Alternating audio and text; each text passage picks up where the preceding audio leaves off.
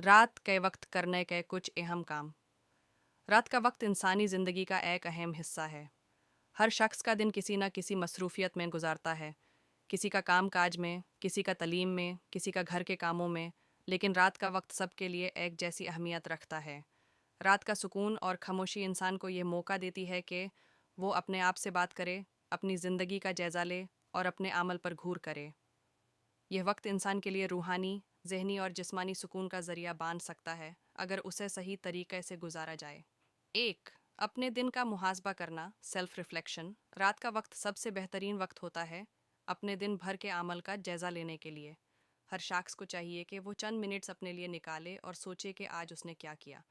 क्या उसका रवैया दूसरे लोगों के साथ ठीक था? क्या उसने किसी का दिल दुखाया? क्या उसने किसी की मदद की?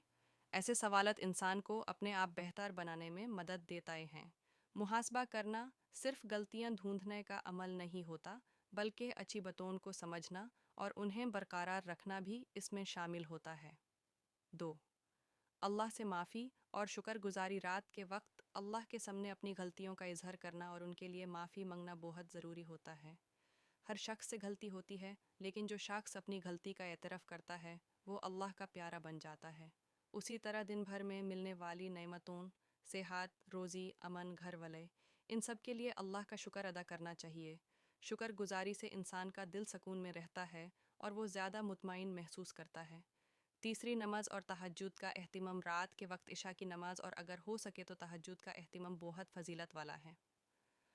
तहज्जुद वो वक्त होता है जब अल्लाह अपने बंदों से सबसे ज़्यादा करीब होता है।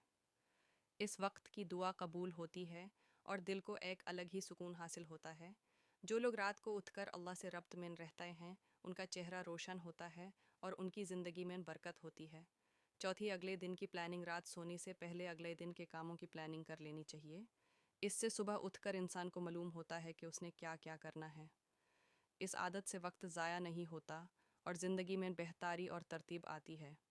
प्लानिंग का एक और फ़ायदा ये है कि छोटी छोटी चीज़ें भी नज़र में रहती हैं और वो काम भूले नहीं जाते। 5, तलीम या मुताला, सेल्फ डेवलपमेंट।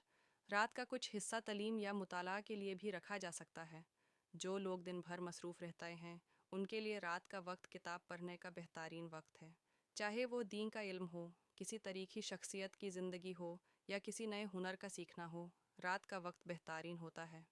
इससे इल्म में इजाफ़ा होता है और सोचने समझने की सलाहियत बढ़ती है। 6, मोबाइल और स्क्रीन्स का बेजा इस्तेमाल बैंड करना। आजकल लोग रात का वक्त सोशल मीडिया और मोबाइल स्क्रीन्स पर ज़या कर देते हैं। यह न सिर्फ नींद पर बुरा असर डालता है, बल्कि ज़हनी और जिस्मी थकान में भी इजाफ़ा करता है। इसलिए चाहिए कि रात के वक्त स्क्रीन टाइम को हद में रखा जाए और बेड पर जाने से कम अज़ कम 30 मिनट पहले मोबाइल बैंड कर दिया जाए। सातवीं, अपनों के साथ वक्त गुजारना। रात का वक्त घर वालों के साथ गुजारने का बेहतरीन वक्त होता है। आज के मसरूफ़ दौर में लोग एक ही घर में रहते हुए भी एक दूसरे से दूर हो चुके हैं।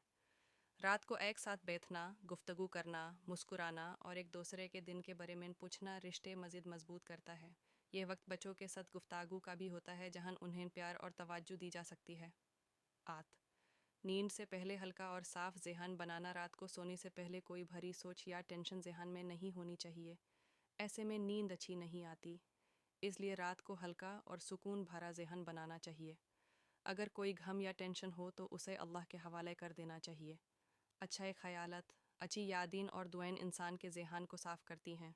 9वीं, सफाई और तैयारी। रात को सोने से पहले मुंह धोना, मिसवाक या ब्रश करना, कपड़े तब्दील करना और अपना रूम साफ़ करना चाहिए।